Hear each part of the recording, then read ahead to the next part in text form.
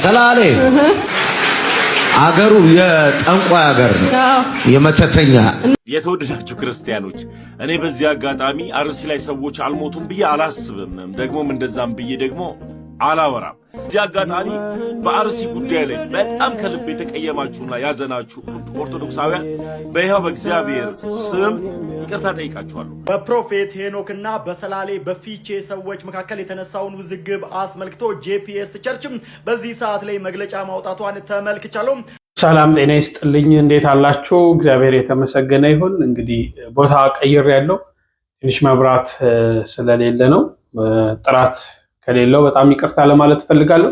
እንግዲህ ዛሬ ብንመለከተው በአዲስ ቪዲዮ ነው ይዤላችሁ የመጣሁት።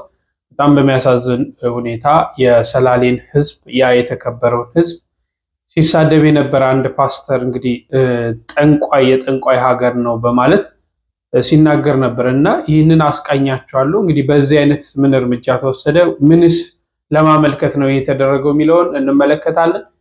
እንዲሁም እንግዲህ ተመስገን የጌታ ልጅ የሚባለው ታውቁታላችሁ። በቲክቶክ በአርሲ ማንም አልሞተም ሲል እንደነበር ታስታውሳላችሁ። ያን ተከትሎ አዲስ ቪዲዮ ደግሞ አጋርቶናል። ያንን እንመለከታለን። እስከ መርሃ ግብሩ ፍጻሜ አብራችሁን ቆዩ። ላይክ ማድረጋችሁን እንዳትረሱ። እስቲ ከሁሉ በፊት ከተመስገን የጌታ ልጅ እሱ የተናገረውና ከዛ በኋላ ደግሞ አሁን አዲስ የለቀቀውን ቪዲዮ ላስቃኛችሁ። ሰዎች አልሞቱም እኮ ማስረጃው እኮ የለውም እኮ ማርዚ ሰዎች ሞቱ አልሞቱ ማስረጃው የለም። ትላንት የተገደሉት 6 ሰዎች ገበሬዎች ናቸው። በማህተባቸው ነው የተገደሉት። ለምን ይገደላሉ? በአርሲ አቦምሳ ምርቲ አካባቢ የመንግስት አካላቶች ዝም ነው ያሉት። የለም ወይ በአርሲ ክልል አስተዳደር የለም ወይ? መንግስቴን ነው የሰደብከው። እኔ ደግሞ መንግስቴን ከሚሰድብ ሰው ጋር አብሬ አልሰራም። ተመስገን ኦሮሞ ስለሆነ በኦሮሞነቱ መጣለው መተል ነገ መጣባለሁ። ይሄን ስመለከት አንድ ታሪክ ትዝ አለኝ። ጌታችን በመጽሐፍ ቅዱስ ቃሉ በዓለም ሳላችሁ መከራ አለባችሁ ብሎ ተናግሮ ደግሞ በሌላኛው ቃሉ ምን አለ? አቤት ወደ ፈተና አታግባን። እዚህ ጋር መከራ አለባችሁ፣ እዚህ ጋር ደግሞ ወደ ፈተና አታግባን ይላል። አይጋጭም ወይ ሲሉ አባቶች እንዲህ ብለው በዚህ ታሪክ ያስማሙታል። ወደ ምን አይነት ፈተና ነው አታግባን የምንለው የሚለውን ጥያቄ እንዲህ ብለው ይመልሱታል። ይሄ ታሪክ በነገራችን ላይ ለዚህ አይነት ሰዎች ብቻ ሳይሆኑ አባት ተብለው በመንጋው ላይ የተሾመው ምዕመናን ሲታረዱ ሲገደሉ ዝም በማለት አብረው ለሚተባበሩና ምዕመናንን የሚያስገድሉ አባቶችም ጭምር ነው። እንዲሁም ደግሞ እንደዚህ አይነት በሁለት ማሊያ የሚጫወቱ ሰዎች መጨረሻቸው እንደማያምር የሚያረጋግጥና የሚያስረዳ ታሪክ ነው። እስከ መጨረሻው ኮፒ ሊንክ እያደረጋችሁ ለብዙዎች እንዲዳረስ አድርጉ።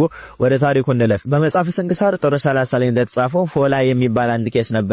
ይህ ቄስም ጤቅላ፣ ማርያ፣ ማርታ፣ አበያ፣ አመታ የሚባሉ 5 ደናግል ሴቶችን ያስተማራቸው፣ ያጠመቃቸው፣ ቃል እግዚአብሔርን የመገባቸው፣ ቅዱስ ሥጋውን ክቡር ደግሞ ፈትቶ ያቀበላቸው ቄስ ነበረ። ይሄ ቄስ ግን በአመጻ የሰበሰበው ብዙ ገንዘብ ነበረ። ቤተክርስቲያንን ተጠግቶ ቤተክርስቲያንን መከታ አድርጎ ከምዕመናን ገንዘብ ይበዘብዝና ይዘርፍ ነበረ። ይሄም ስራው በንጉሱ ዘንድ ተሰማ። ይሄ ንጉስም ቅድም ያሳመናቸውን ያስተማራቸውን 5ቱን ደናግል አምጥቶ ለፀሐይ ስገዱ ቢላቸው እነዛ ሴቶች ግን እኛ ለፀሐይ አንሰግድም፣ ከዓለም በፊት ለነበረ ዓለምን ለፈጠረ ለድንግል ማርያም ልጅ ለኢየሱስ ክርስቶስ ለአንድ እግዚአብሔር ብቻ ነው የምንሰግደው ብለው ነገሩት። እቺ ፀሐይም የሱ ፍጡር ናት ብለው አስረዱት። በዚህም ጊዜ እነዚህ ደናግል ማን ነው እንዲያርጉ ያስተማራቸው ብሎ ሲጠይቅ ንጉሱ ቀሲስ ፎላ የሚባል ቄስ አለ፣ ይሄ ቄስም በአመጻ ገንዘብ የሚሰበስብ ቄስ ነው ብሎ ወነጀሉት። በዚህም ጊዜ በአመጻ የሰበሰበውን ገንዘቡን ሄደው እንዲወርሱበት ወታደሮቹን አዘዛቸው። ወታደሮቹም አንዲት ንብረት ሳያስቀሩለት ሁሉንም ንብረቱን ወሰዱበት። ይሄን ጊዜ ቀሲስ ፎላ ወደ ንጉሱ ሊማጸን ገባ። ንጉሱም ምን አለው? ያንተን ንብረት የሚመልስልህ እነዚህን ያሳመንካቸውን ደናግሎች አስክደ ለፀሐይ እንዲሰግዱ ስታደርግ ብቻ ነው አለው። በዚህም ጊዜ ቀሲስ ፎላ እምቢ አላለም። ሂዶ ደናግሉን ይሸነገላቸው ጀመረ። በገንዘቡ በጥቅሙ ሲመጡበት ከቤተ ክርስቲያን ከመንጋዎቹ ይልቅ የራሱ ገንዘብና ጥቅም በልጦበት እነዛን ሴቶች ለፀሐይ እንዲሰግዱ ሊያስገዳቸው ሄደ። ወደ እነርሱም ቀርቦ እናንተ ደናግላን ከዚህም በፊት ስለ ኢየሱስ ክርስቶስ አምላክነት አስተምሬያችሁ ነበረ። ያ ሐሰተኛ ትምህርት ነው፣ ፀሐይ ናት አምላክ፣ ለእርሷም ስገዱ ብሎ ያስተምራቸው ጀመረ።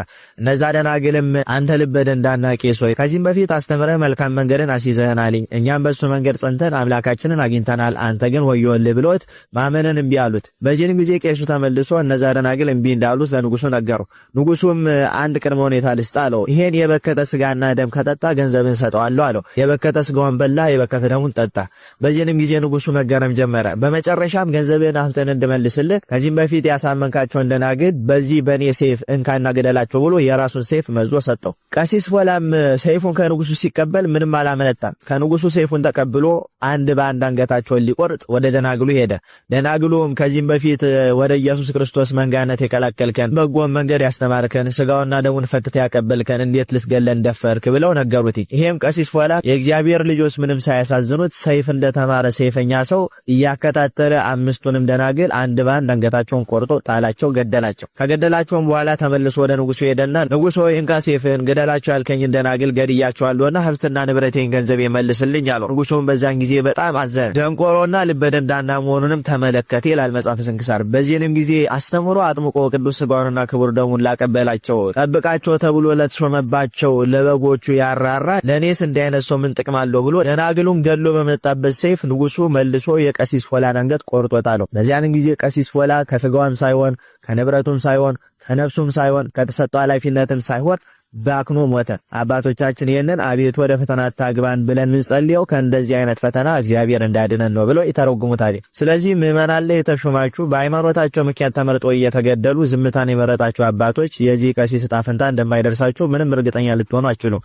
በደህናው ጊዜ የሰበካችሁ በመጥፎ ጊዜ ግን አፋችሁን ይዛችሁ ዝም ያላችሁ ሰባኪያን ዕጣ ፈንታችሁም ይሄ ነው። በሃይማኖት መሀል ስትጫወቱ ቆይታችሁ ሌብነታችሁ፣ ቀጣፊነታችሁ ሲታወቅባችሁ በዘርና በመንግስት የምትደበቁ ሰዎችም ለእኛ ያልሆናችሁ ለመንግስት አትሆኑምና እናንተ መጨረሻችሁ አያምርም። ስለዚህ ቀኑ ሳይመሽ አባቶችም ለተሾማችሁለት መንጋ ቆሙ፣ ሰባኪያንም እንዲሁ። እኛ ምዕመናንም ለምንሰራው በደል ንስሐ ገብተን ወደ እግዚአብሔር እንቅረብ። እግዚአብሔርም ከእንደዚህ አይነት ፈተና ያውጣን። አሜን። ይቆያል። የተወደዳችሁ ክርስቲያኖች፣ እኔ በዚህ አጋጣሚ አርሲ ላይ ሰዎች አልሞቱም ብዬ አላስብም። ደግሞም እንደዛም ብዬ ደግሞ አላወራም። ለምን ቢባል በአርሲ በኩል ለሞቱ ሰዎች በትክክል ድምጾኝ ይሄንን ቪዲዮ ሰርቻለሁ። በተደጋጋሚ እነዚህ ቪዲዮዎችን ሰርቻለሁ። ከብዛቱ በጥቂቱ ላሰማችሁ። አንድ አራት የማይነጋ የመሰላችሁ የባለ ጊዜነት ስሜት የሰማችሁ ነገ ይነጋል። አንድ የተገደሉት 6 ሰዎች ገበሬዎች በማህተባቸው ፍትህ ደግሞ ዛሬም ለተገደሉት ለ6 ኦርቶዶክሳውያን ማህተብ እየተመረጠ ለሚሞቱት ማህተብ እየተፈለገ ለሚታረዱት ፍትህ ለኦርቶዶክስ። በዚህ አጋጣሚ በተደጋጋሚ ፍትህ ብዬ ለአርሲ ለተገደሉ ክርስቲያኖች፣ ሕፃናቶች ደግሞ ህዝበ ክርስቲያኖች እኔ ድምጾኛል። ፍትህ በአግባቡ አግኝተዋል ብዬ ከመንግስትም ይሁን ከቤተ ክህነት ወይም ከቤተ ክርስቲያን ፍትህ አግኝተዋል ብዬ አላምንም። አሁንም ለተገደሉ አርሲ አካባቢ ጋር ለተገደሉ ውድ ክርስቲያኖች ፍትህ ጠይቃለሁ። ፍትህ አግኝተዋል ብዬ ስለማላም እኔ አሁን ላይ ድምጽ እንሁን በአርሲ ጉዳይ ተቋቋምን ለሚሉ ኮሚቴዎች አንድ ቤተክርስቲያን አልወከለቻቸው ኮሚቴ እንዲሆኑ ሚዲያ ላይ ቤተክርስቲያን ስላልወከለቻቸው እዛው ውጭ ሀገር ሆነው እንደፈለጉ ለአርሲ ድምጽ እንሁን እያሉ ሌላ አጀንዳ ይዘው እየመጡ ስለሆነ እናንተን እኛ አናቃችሁም ወይ ቤተክርስቲያን ተወክላችሁ ወይም ደግሞ ሚዲያው እንዴት እንደወከላችሁ አሳውቁን ለማለት ነው። በዚህ አጋጣሚ በአርሲ ጉዳይ ላይ በጣም ከልብ የተቀየማችሁና ያዘናችሁ ኦርቶዶክሳውያን በይሃው በእግዚአብሔር ስም ይቅርታ ጠይቃችኋለሁ ሁላችሁን። ለምን ቢባል እኔ ለአርሲ ወይም በአርሲ አካባቢ ክርስቲያኖች ህዝበ ክርስቲያኖች አልሞቱም እያልኩኝ አይደለም፣ ሞተዋል። ደግሜ እናገራለሁ ከልብ ተጸጽቼ። በሌላ አውድ ለተረዳችሁ ውድ ኦርቶዶክሳውያን ይቅርታ ጠይቃለሁ።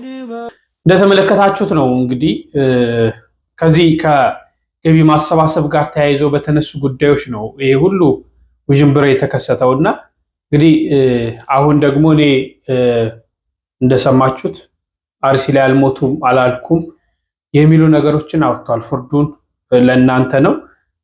ይቅርታ መጠየቅ እኔ በጣም ትልቅነት ነው። አንዳንዴ ሁልጊዜ የምለው ስንናደድ፣ ስሜታዊ ስንሆን ወይም ደግሞ ማይሆን ስሜት ውስጥ ስንገባ ወደ ሚዲያ ወይም ደግሞ ከሰዎች ጋር ባንነጋገር እመርጣለሁ። ይሄ ማንም ሰው መከተል አለበት። እንግዲህ ተመስገን የጌታ ልጅ ባለፈው የተናገራቸው ነገሮች የሰማችኋቸው ነገሮች በእርግጠኝነት ተናዶ የሆነ ስሜት ውስጥ ሆኖ ነው እነዛን ነገሮች የገለጸውና ሰዎች ስሜታዊ ሲሆኑ አላስፈላጊ ቃላቶችን ይጠቀማሉና እንደው ከስሜት ብንወጣ አንዳንዴ ደግሞ ስሜት ውስጥ ብቻ ሳይሆን ስንነጋገር ሰዎች በሐሳብ ብቻ መሞገት ቢቻል ወደ ፐርሰናል ህይወት ውስጥ ባንገባ። ሰዎች የተለያየ ላይፍ ሊኖራቸው ይችላል። በተለያየ ሁኔታ ገቢ ሊያገኙ ይችላሉ። በተለያየ መንገድ ሊሰሩ ይችላሉና የሰዎች ህይወት ውስጥ ገብተን አንተ እንደዚህ ነህ እኔ እንደዚህ ነኝ የሚሉ ነገሮች ውስጥ ባንገባ የሚል እምነት አለኝ። እንግዲህ ሌሎችንም ወንድሞች እንግዲህ ኦርቶዶክሳውያን እርስ በርስ መሳሳብ እንወዳለንና እንደው ይሄ ነገር የሚቀርበት መንገድ ቢመቻች ለማለት ፈልጋለሁ። እሺ እንግዲህ ሁለተኛ ያስኩላችሁ የሰላሌው ነው። ምን እንደተከሰተ የተለያዩ አካላቶች የሰጡትን ሐሳብ ላስቀኛችሁ።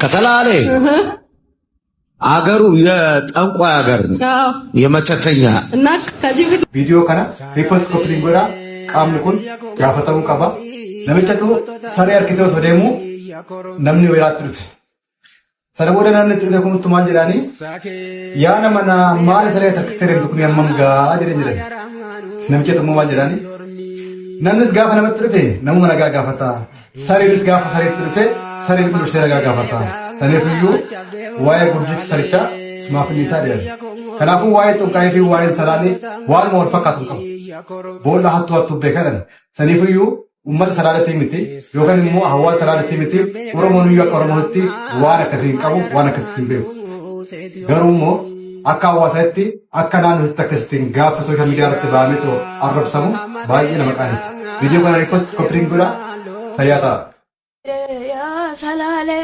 ቢየጣቢንዳ ለሶላ ሲቡለባ ዱወላሌ ናንሶዳሌ ማቀጮዳ ማቀጮዋ ራቱባሳ ወጅምበና ማለባሳ አከም ከኖ ከሰላሌ አገሩ የጠንቋይ አገር ነው፣ የመተተኛ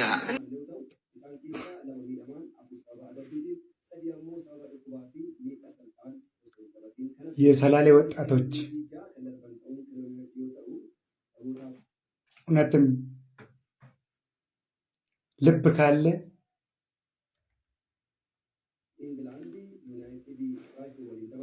የመቀየር ልብ ካለ ሰምቶ የመለወጥ ልብ ካለ እግዚአብሔር የሰጠ ልብ ካለ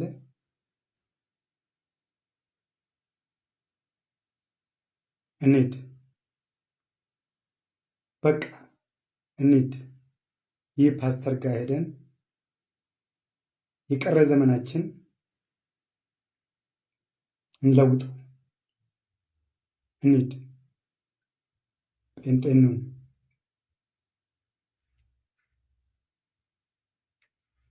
ልብ ካለን እንለወጥ። እባካችሁ ውሰዱ።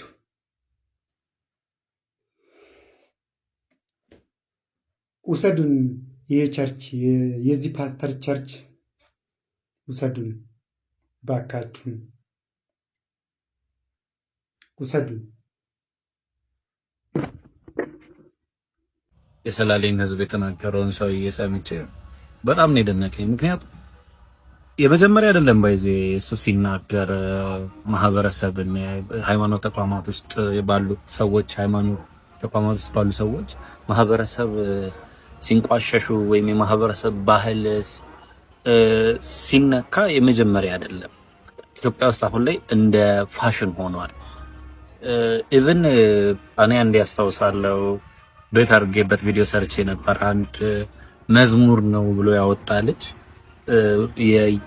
የብሔረሰቦቹን ያላቸውን የማንነት ባህላቸውን ለምሳሌ ሲዳማውን ጨምበላላ እያለ የኦሮሞውን ኢሬቻ እያለ በቃ የሁሉንም ብሔር ብሔረሰቦች ሊስታውት እያደረገ በቃ ቀጥታ ስድብ እየተሳደበ የነበረ ልጅ ነበረ። ምንም አልተደረገም እሱም ባይዘይ እና እኔ ምናምን አለው አንድ ማህበረሰብ ለማጥፋት ግዴታ መሳሪያ ቦምብ ወይም ደግሞ ድሮ መጠቀም አይጠበቅባችሁ።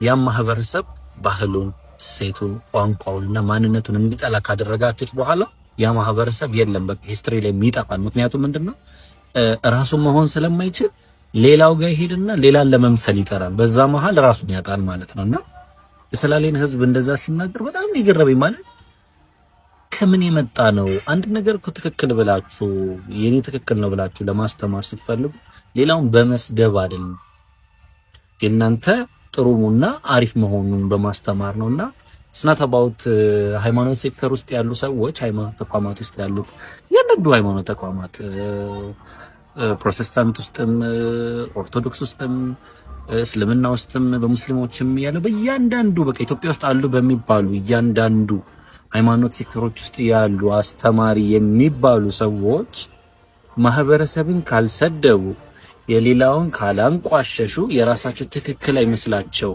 ናውዴይስ ተለምዷል። በቃ ማህበረሰብን እየሰደብ እንዴት ግራ ይገባኛል። እንዴት ማህበረሰብን እያንቋሸሽ እንዴት ያንተን አስተምሮት ሰው እንዲቀበል ኤክስፔክት አደርጋለሁ።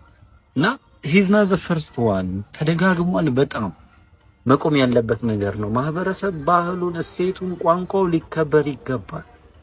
መንግስትም ደግሞ እንዲህ አይነት ስራ የሚሰሩ ሰዎች ላይ የማያዳግም እርምጃ እስካልወሰደ ድረስ ማህበረሰብ አንድ ሰው ብድግ እያለ አንድ ማህበረሰብ መጥፎ ቃል እየተጠቀመ ያን ማህበረሰብ እያሸማቀቀ እስከ መቼ እንደሚቀጥል ግራ ይገባኛል። ሰላሌ አገሩ የጠንቋይ አገር ነው።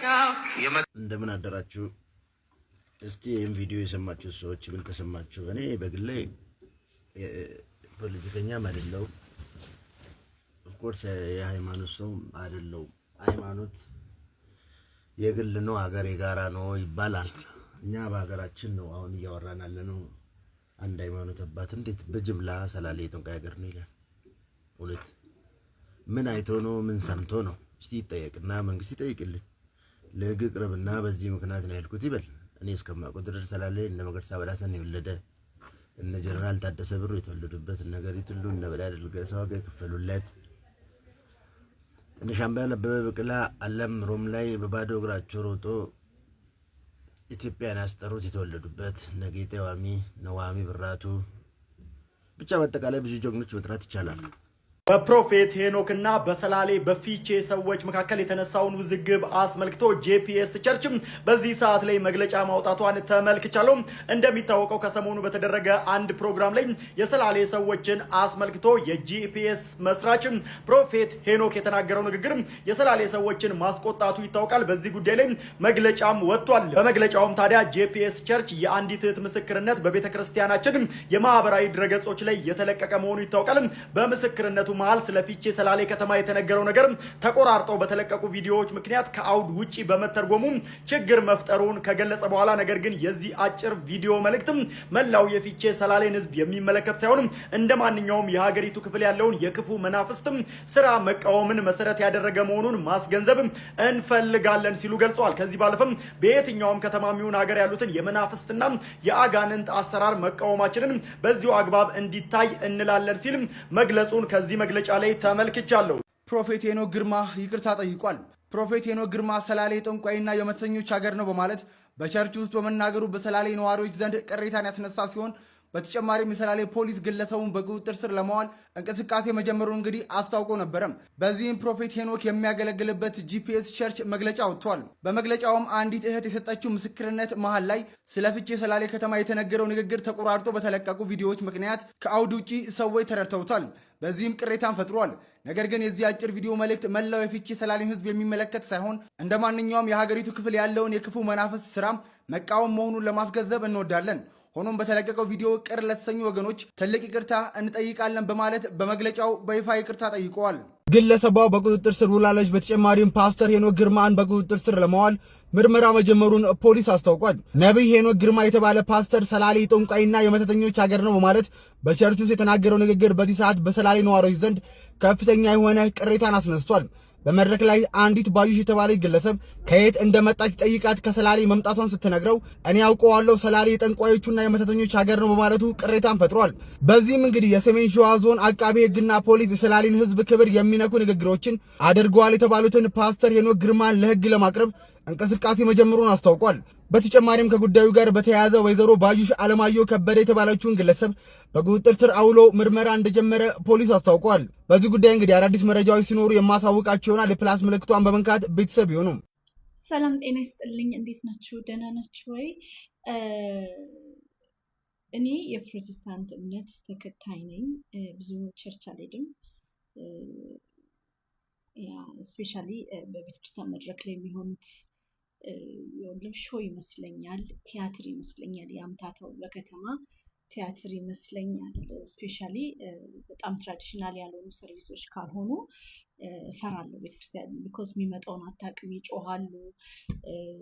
እንደዚህ አይነት ነገሮች አይመቹኝም። ሞር ትራዲሽናል ሰርቪሶች ነው የሚመቹኝ እና ስፔሻሊ ደግሞ ኢትዮጵያ ውስጥ እነዚህ ባለራዕይ ያሉባቸው ቤተክርስቲያኖች የሚደረጉት ነገሮች ሶ ራንደም ናቸው፣ ከስነስርዓት የወጡ ናቸው። የቤተ ክርስቲያናት ካውንስሉም ሊቆጣጠራቸው የቻለም አይመስለኝም እና አዝናለው። አይ ዊሽ እኔ ቤተክርስቲያን ብሄድ ደስ ይለኛል። እና ዛሬ ደግሞ ግን ያየሁት እኔ የኦሮሞ ብሔረሰብ ተወላጅ ነኝ፣ ሄኖክ የሚባል ነብይ ነኝ የሚል ግለሰብ የሰላሌን ኦሮሞ አብዛኞቹ ኦርቶዶክስ እምነት ተከታዮች ናቸው ሰላሌ ውስጥ እና ይህንን ማንነት ከጥንቆላ ጋር ከተብታቢ በቃ የሰላሌን ህዝብ በሰላም እየኖረ ያለን የሰላሌን ህዝብ ህይወቱን እየመራ እያረሰ ባለበት ስትራግል ላይ እየኖረ እንኳን ዝም ያለ ህዝብ፣ በጦርነት ድቅቅ ያለን ህዝብ፣ ምስኪንዬን ህዝብ፣ ቆንጅዬን የጀግኖች መፍለቂያ የሆነውን ህዝብ ታሪክ ያለው እንኳን ለኢትዮጵያ ለሀገራችን ለዓለም ህዝብ ለጥቁር ህዝብ ታሪክን የሰሩ የጀግኖች ሀገርን የሆነውን የሰላሌን ህዝብ ከጥንቆላ ከሟርት ከባዕድ አምልኮ ጋር አገናኝቶ አንድ ላይ በቃ ባስኬት ውስጥ ከቶ ጠንቋዮች ነው ያላቸው እና በጣም ልቤ የተሰበረው እና ህግ የሶሻል ሚዲያ ህግ አለ፣ አይኖ የሃይማኖት ነፃነት አለ። ግን የጥላቻ ንግግር ስፔሻሊ ማንነት ተኮር የሆነ ባልመረጥነው ማንነታችን እንግዲህ ሴፍ እንሆናለን ብለን በምናስብበት በእግዚአብሔር ቤትም ተጠርተን የምንሰደብ የሆነ ሁኔታ ነው ያየሁት እና በጣም ልቤ ተሰብሯል። በጣም ልቤ ተሰብሯል እና እኔ እንደዚህ ብዙ መንግስት ምናምን ማለት አይመቸኝም። ግን የሰላሌ አካባቢ ያላችሁ የመንግስት ባለስልጣናት፣ የኦሮሚያ ፕሬዚዳንት ኦቦ ሽመልስ አብዲሳ እኔ ሶሻል ሚዲያ ላይ ኦሮሞን ህዝብ መስደብ ማንቋሸሽ አይ ነው ያልቅሱ የሚሉንም ሁሉ እንሰማለን፣ እናከብራለን፣ እንወዶታለን። ግን ምንድን ነው በቤተ ክርስቲያን መሪ የሆነ ግለሰብ አቀላችኋለሁ የሚል ኢቨን ከእግዚአብሔር እንኳን ይታየኛል ከእግዚአብሔር ጋር ከእናንተ በላይ ግንኙነት አለ ብሎ የሚያስብ ግለሰብ የእኛን ህዝብ ሰድቦብናል። የጀግናዎች መፍለቂያ የሆነውን ውቡን የሰላሌን ህዝብ ሰድቦብናል፣ አንቋሾብናል፣ አዋርዶ ተናግሮብናል እና በህግ እንዲጠየቅልን ጠይቃለሁ። እንደ አንዲት ኦሮሞ በህግ መጠየቅ አለበት። ኮስ ለሌሎች ሰዎች ማለት ዳልቻ ነው ለኔ። ዳልቻ እስር ቤት ካለ ፕሮፌት ሄኖክ እስር ቤት ነው ያለበት ይመስለኛል እኔ እና ህግ ካለ የኢትዮጵያውያን ባልመረጡት ማንነት በአደባባይ ስፔሻሊ በቤተክርስቲያን መድረኮች ላይ የሚሰደቡበት ሁኔታዎች ሊኖሩ አይገባም።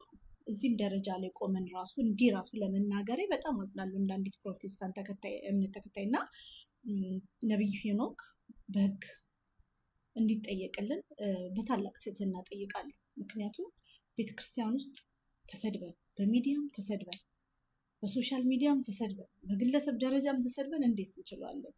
አንድ ሴፍ እንሆንበታለን ብለን የምናስበው የእግዚአብሔር ቤትም ውስጥ ነቢይ ነኝ ባይ አንቋሾ አዋርዶ የኛን ማንነት ሲሰድብብን በጣም ነው የሚያሳዝነው። እኔ በጣም አዝኛለሁ፣ በጣም ከፍቶኛል ጌታ እና ምክንያቱም ኢየሱስ ክርስቶስ እኮ በምድር ላይ ያለ ከኃጥአን ጋር ራሱ ውሎ እንዲህ እንኳን አላንቋሸሻቸውም። እኚህ ሰዎች ደግሞ ምንም አላረጉ፣ ምስኪንዮች ናቸው።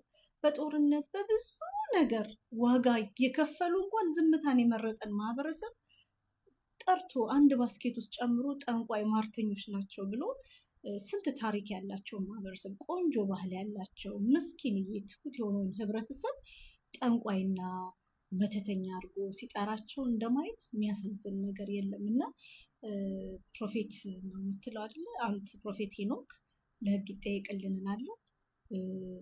ይህንን ስል እንደ አንዲት ኦሮሞ እንደ አንዲት ሀገሯን እንደምትወድ የኦሮሞ ብሔረሰብ ተወላጅ ነው የምጠይቀው። ፕሮቴስታንት እምነት ተከታይ ነኝ። ይህን ደግሞ የትላልቅ የእምነታችን አስተማሪዎች እነ ዶክተር ገመችስ ቡባ ዝምታን አትምረጡ፣ በዚህ ጥላቻን መቃወም አለብን። ጭፍን ጥላቻ ሄኖክ እያለ ያለው ሰላሌ ኦሮሞ የሰላሌ አካባቢ የሚኖሩ ሰዎች እንዳለ ጠንቋዮች ናቸው ነው እያለ ነው ያለው። ጥሏቸው ጠንቋዮች ናቸው፣ ተብታቢዎች ናቸው ብሎ የጥላቻ ንግግር ነው። እሱ ጠልቶ ጥሏቸው ብሎ እያስተማረ ነው። ይሄ በጣም ከባድ ንግግር ነው እና ሁላችሁም የፕሮቴስታንት እምነት ተከታዮች፣ አገልጋዮች ወታችሁ እንድትቃወሙ በትህትና በፍቅር ጠይቃለሁ እና አመሰግናለሁ። ቴንክ ዩ።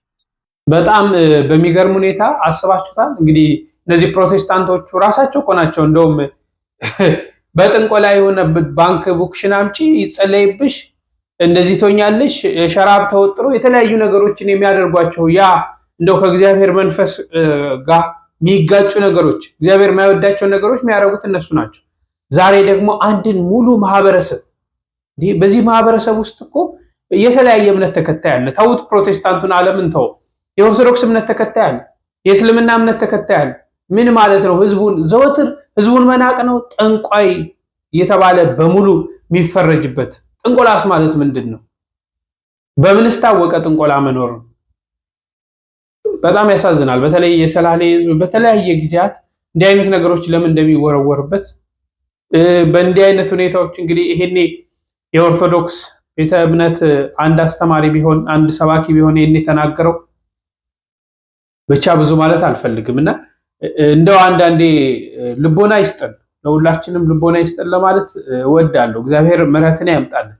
ዛሬ በረሃብ በጦርነት በተለያየ ነገር እየተቀጣን ያለነው እንዲህ አይነት ነገሮች ናቸው። ስለዚህ ወደ ንስሐ ህይወት የምንመለስበት እንግዲህ ማን እንደሚያስታግሳቸው እነዚህን አካላቶች ማን ሀይ እንደሚላቸው አይታወቅም። በተለያየ ጊዜ እየተነሱ ይችን የኦርቶዶክስ ተዋሕዶ እምነትን እኮ ነው ጠንቋይ እያሉ እንግዲህ አሁን ገብርኤል ደርሷል። የቅዱስ ገብርኤል በዓል ይከበራል። በቃ የሚያንጫጫቸው ማይሉት ነገር የለም። እንግዲህ እቺ ቤተክርስቲያን ናት እውነት ጠንቋይ፣ የተዋሕዶ ሃይማኖት ኦርቶዶክስ ናት እውነት ጠንቋይ፣ ለዚች ሀገር ባለውለታ የሆነች እቺ ቤተክርስቲያን ናት ጠንቋይ ልጆች ብታፈራው። ይሄን ያህል ድራማ መስራት ምን አስፈለገ? ድራማ አሁን እቺን ልጅ ጠርቶ ድራማ መስራት ለምን? በትክክለኛ መንገድ እኮ ወንጌልን መስበክ ይቻላል። እንግዲህ ትክክለኛ ወንጌል ነው ትክክለኛ ሃይማኖት ነው ብለን ካልን በትክክለኛ መንገድ ወንጌል መስበክ እንችላለን። የሚሰሩ ነገሮች ያሳዝናሉ። ብዙ ብንል በብዙ እናልቃለን ነው። ስለዚህ እግዚአብሔር አምላክ ምሕረትን ያምጣልን፣ ለሁሉም ልቦና ይስጥ ለማለት እወዳለሁ። አብራችሁኝ ስለነበራችሁ አመሰግናለሁ። ላይክ ማድረጋችሁን እንዳትረሱ። ቸር ቆዩልኝ።